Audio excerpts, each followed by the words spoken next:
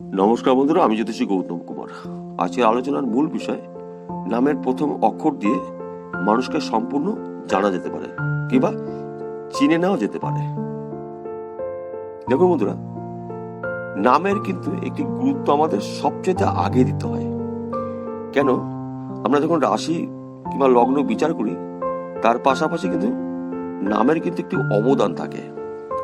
হয়তো অনেকে জানে কিংবা জানে না। আজকে আমি যে ভিডিওটা করব, হয়তো আপনি এই দরকারি কথাগুলো আগে কখনো কারো কাছ থেকে শুনতে পারেননি। আমি আজকে মূল্যবান পয়েন্ট আমি তুলে ধরব। ভিডিওটি সম্পূর্ণ দেখুন, স্কিপ করবেন না। তাহলে শুরু করা যাক বন্ধুরা। আপনার নামের প্রথম অক্ষর যদি ইংরেজির বর্ণমালায় এম দিয়ে শুরু হয় অথবা বাংলায় ম দিয়ে শুরু হয়, তাহলে আপনি একজন সিংহ রাশির জাতক বা জাতিকা। সিংহ রাশির জাতক জাতিকাদের কেন বলা হয়? দেখুন, আপনার রাশির অধিপতি গ্রহ রবি, অর্থাৎ আপনাকে রবির জাতক বা জাতিকা বলা হয়। আপনার মধ্যে কি কি গুণাগুণ আছে সেটা বলবো। যদি আপনি ম নামের ব্যক্তি হয়ে থাকেন, তাহলে আমি যেই কথাগুলো বলবো আপনার জীবনের সাথে 100% মিলবে। আপনি একজন ইচ্ছা শক্তির মালিক, স্বাধীন চেতা ব্যক্তি। আপনি কাউকে পরোয়া করেন না। আপনার মন যা চায় তাই আপনি করেন, এবং আপনি কখনো অন্যায়কে মাথা পেতে সহ্য করেন না। অন্যায় যেখানে দেখবেন সেখানে আপনি প্রতিবাদ করেন, এবং আপনি একজন সাহসী ব্যক্তি। আপনি যাকে যে কথা বলেন স্ট্রেট কাট। এই কথাগুলোর জন্য কখনো কখনো আপনার সাংসারিক জীবনও কিন্তু মাঝে মধ্যে অশান্তি লেগে যায়। কেননা আপনি কাউকেই কিন্তু খাতির করে কথা বলেন না। একটি কথা আমাদের হয় না মাঝে মধ্যে, পাপ কখনো পাপকেও ছাড়ে না। আপনি তদ্রূপ আপনার মধ্যে এটা দেখতে পাওয়া যায়। আপনি যখন কথা বলবেন ন্যায্য কথা, কে আপন কে পর, আপনি কিন্তু ওটা মাথায় রাখবেন না। তার জন্য আপনার খুব কাছের বন্ধু বান্ধব আত্মীয় স্বজন কিন্তু মাঝে মধ্যে আপনার সাথে দুর্ব্যবহার করে, আপনি বুঝতে পারেন। কিন্তু আপনারও কিছু করার নাই।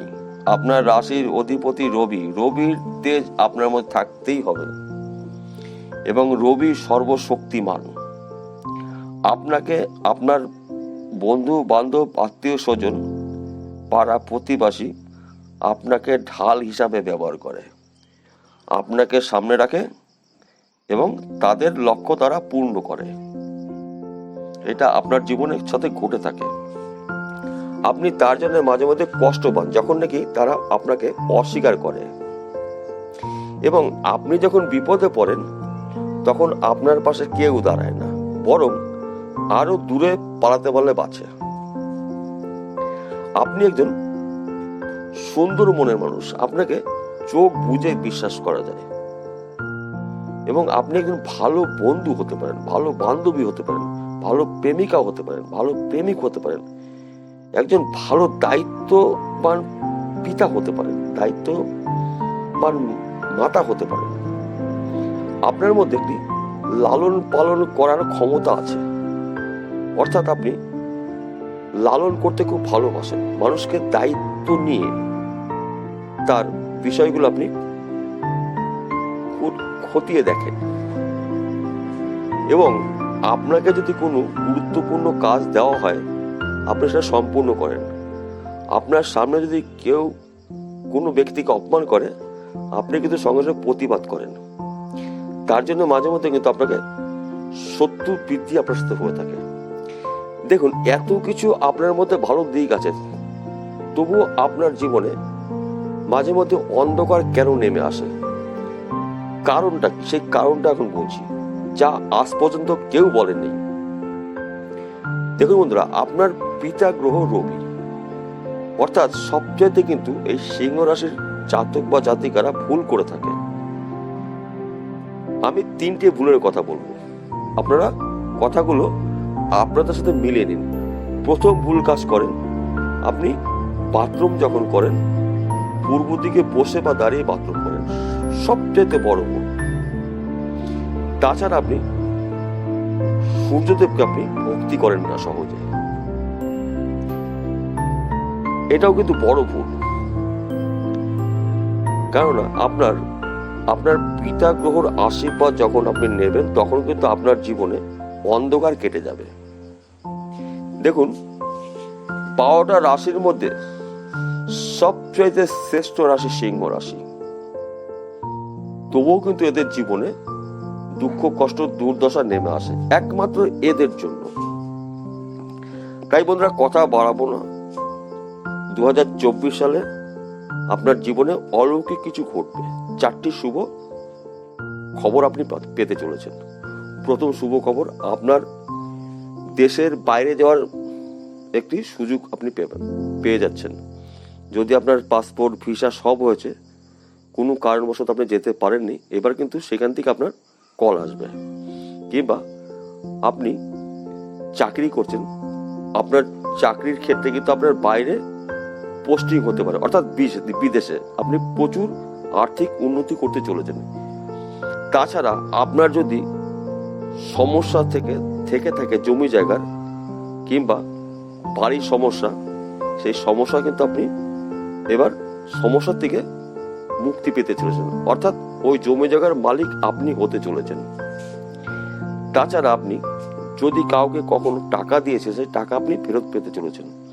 কিংবা আপনি যদি লটারি টিকিট কাটেন মাঝে মধ্যে, আপনি কিন্তু লটারির মাধ্যম দিয়ে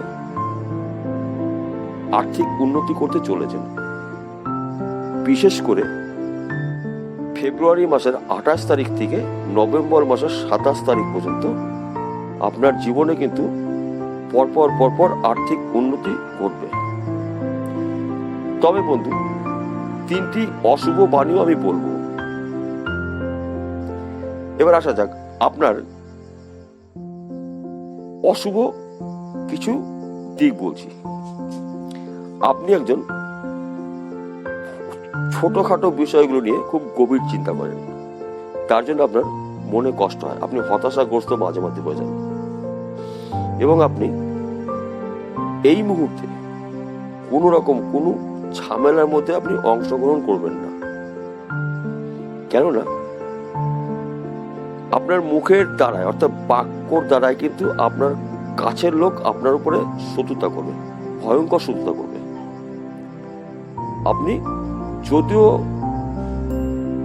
কারণবশত আপনি যান, তাহলে বাক্য কন্ট্রোল করে আপনি কথা বলবেন। তাছাড়া আপনি আরেকটি কাজ আপনার মনে রাখতে হবে, আপনি এই মুহূর্তে কাউকে আপনি কি করছেন কি না করছেন বলবেন না।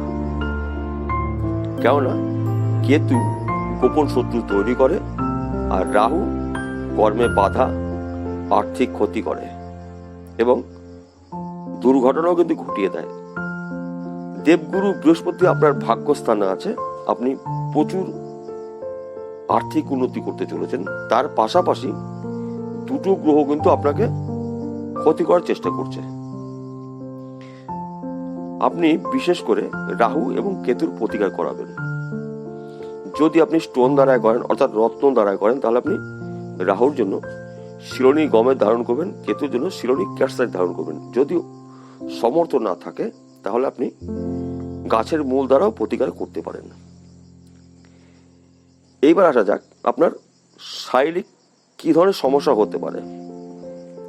ছোটখাটো বিষয়গুলো নিয়ে যখন আপনি ভাববেন, আপনার হৃৎপিণ্ড চাপ হতে পারে, কিংবা স্ট্রোক হতে পারে, কিংবা আপনার অস্ত্রোপচার হতে পারে। তাছাড়া হাড়ের চোট লাগতে পারে। আপনি রাস্তাঘাট দেখে পারাপার হবেন এবং যদি গাড়ি চালান সাবধানে আপনি চালাবেন। এবার আমি বলি আপনার শুভ সংখ্যা 1, 3, 5, 9। আপনার শুভ কালার পিঙ্ক কালার, সবুজ কালার এবং রেড কালার, অর্থাৎ লাল কালার। আপনার শুভ দিক পূর্ব দিক। আপনার শুভ বার রবিবার। আপনার শুভ ধাতু তামা। শুভ মূল বিল্লমূল। এবার আপনাকে কি করতে হবে সেটা নমস্কার, আবার দেখা হবে।